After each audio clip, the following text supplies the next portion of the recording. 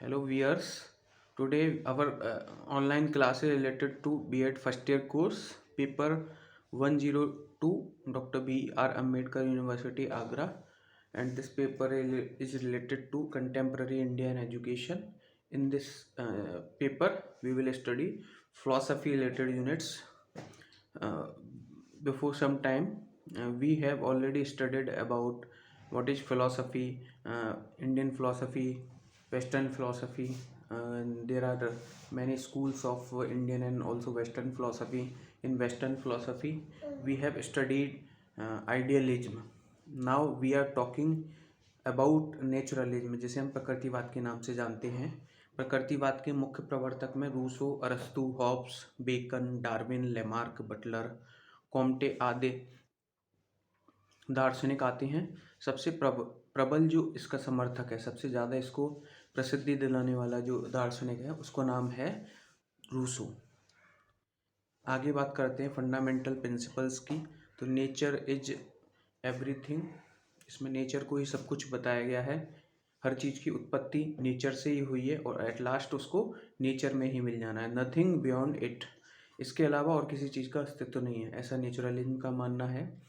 Not believe in God, ये भगवान में या फिर गॉड में विश्वास नहीं रखते हैं. Physical and natural principle are supreme, भौतिक और प्राकृतिक जो मूल्य हैं वही सबसे क्या सर्वोच्च हैं. ठीक है.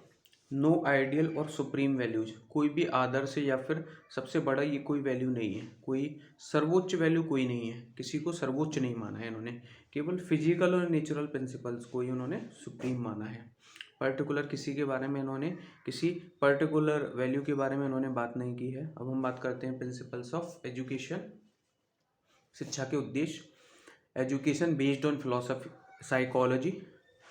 According to naturalism he states that education based on psychology, अर्थात जो हमारी शिक्षा पद्धति है उसमें हम साइकोलॉजी का यूज करें, अर्थात बच्चे के बारे में जो हमारे पास चीज़ें हैं, बच्चे के बिहेवियर को हमें समझना है, उसमें उसकी इंटेलिजेंस है, उसका इंटरेस्ट है, उसकी एबिलिटी है, उसका एप्टीट्यूड है, एटीट्यूड है, इससे संबंधित चीज़ों को हमें ध्यान रखना होगा और हमें बच्चे को केंद्र में रखना है. अर्थात हम आजकल जो चल रहा है चाइल्ड सेंटर्ड एजुकेशन, उसी की बात की थी किसने, नेचुरलिज्म थे.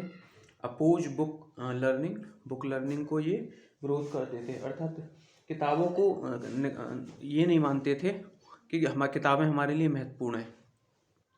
किताबों में क्या किसी के द्वारा लिखा हुआ ज्ञान है, बताया हुई चीज़ें हैं और उसी को हम रटते हैं, रोट लर्निंग के माध्यम से सीखने की कोशिश करते हैं. That's why he opposes book learning. अगला है प्रोग्रेसिव एंड डायनेमिक.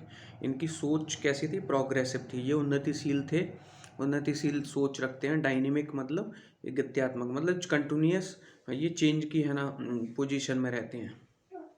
अगला है emphasises basic instinct, interest and tendency.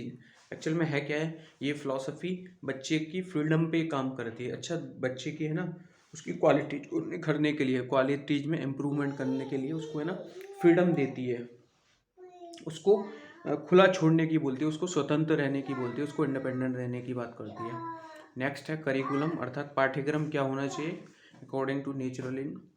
इसके अकॉर्डिंग, चूँकि जब हम फिजिकल एनवायरनमेंट या फिर नेचुरल एनवायरनमेंट की बात करते हैं तो स्पोर्ट्स है, गेम्स है, अर्थात हम फिजिकल साइंस की इसमें बात करेंगे, है ना, फिजियोलॉजी शरीर की बात करेंगे, अर्थात शरीर से संबंधित, मतलब स्पोर्ट्स की बात करेंगे हम, है ना, गेम्स की, साइको, है ना, हेल्थ की हम बात करेंगे, कल्चर है, मटेरियल साइंस की बात करेंगे, फिजिकल साइंस की बात करेंगे.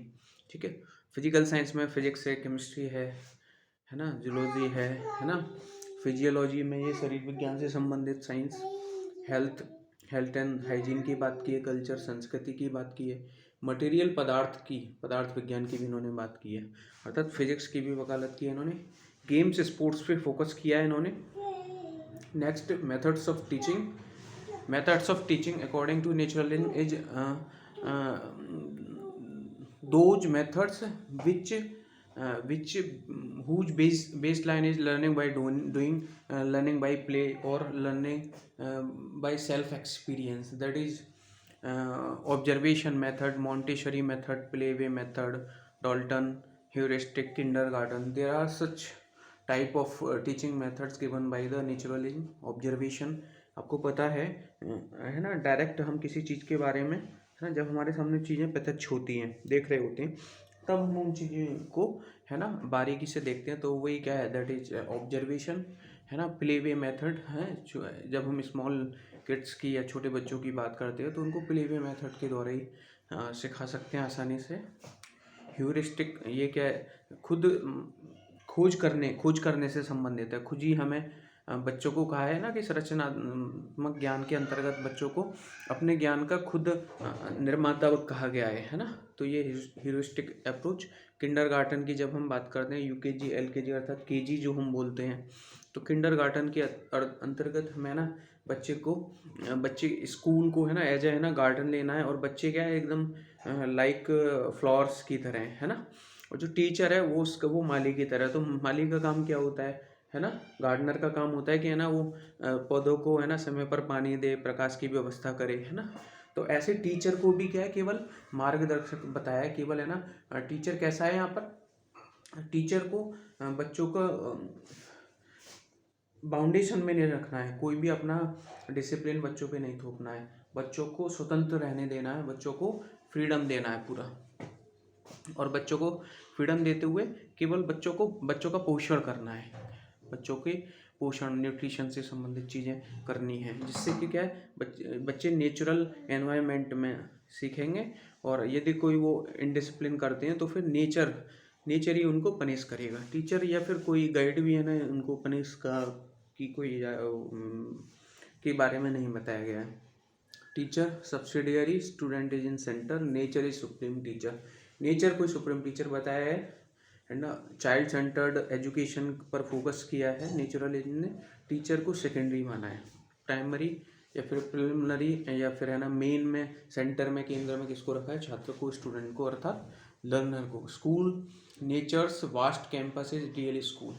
जो प्रकृति से घिरा हुआ कैंपस है, प्राकृतिक वातावरण से घिरा हुआ जो कैंपस है, बड़ा कैंपस है, उसी को उन्होंने आजकल के स्कूलों की तरह माना है ना। लेकिन वहाँ पे टीचर का, जैसे आज की पद्धति में टीचर का बहुत सारी चीज़ों पे नियंत्रण रहता है, वो चीज़ें नहीं थी, वो चीज़ों को उन्होंने डिनाई किया है। इसके अतिरिक्त डिसिप्लिन, स्लोगन फ्रीडम, है ना, इसका स्लोगन है नेचुरलिज्म का फ्रीडम, स्वतंत्रता। बच्चों को स्वतंत्र रहने देना है, वो अपने आप ही स्वविवेक से, खेल के माध्यम से, स्वयं करके सीखेंगे, अपने अनुभव से सीखेंगे, वो चीज़ों का प्रत्यक्ष देखेंगे, प्रत्यक्ष देखते हुए, ऑब्जर्वेशन करते हुए सीखेंगे।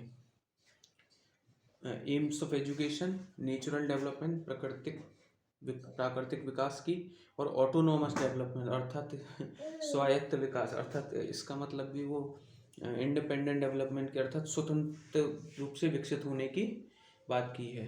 किसने, नेचुरलिज्म ने। अडेप्टेशन टू एनवायरनमेंट, हमें अपने आसपास में जो चीज़ें हो रही हैं, घटित हो रही हैं, उसको हमें अडेप्ट करना है, सीखना है, स्वीकार करना है। Attainment of present and future happiness, वर्तमान की और आने वाले समय में की जो खुशियाँ हैं, उनको अटेन करना है, उनको प्राप्त करना है। तो ये बहुत ही कम समय में, शॉर्ट में, आपको एक समरी मेरे द्वारा प्रोवाइड की गई है। मेरे ख्याल से आप लोगों को समझ में आया होगा। कोई भी आपकी क्वेरी है तो आप कमेंट के माध्यम से, मैसेज के माध्यम से मुझे बताएं, मैं उसके भी ओवरकम करने की कोशिश करूँगा। और मेरे ख्याल से आप लोगों को समझ में आया होगा, है ना। तो आगे और वीडियोस देखने के लिए भी आप मोटिवेट करें, कमेंट करें और चैनल को सब्सक्राइब करें। वीडियो को और अपने साथ के लोगों के साथ, जो और कहीं से भी पढ़ाई कर रहे हो या आपके साथ के हो, उनके साथ ज़रूर शेयर करें। Thank you.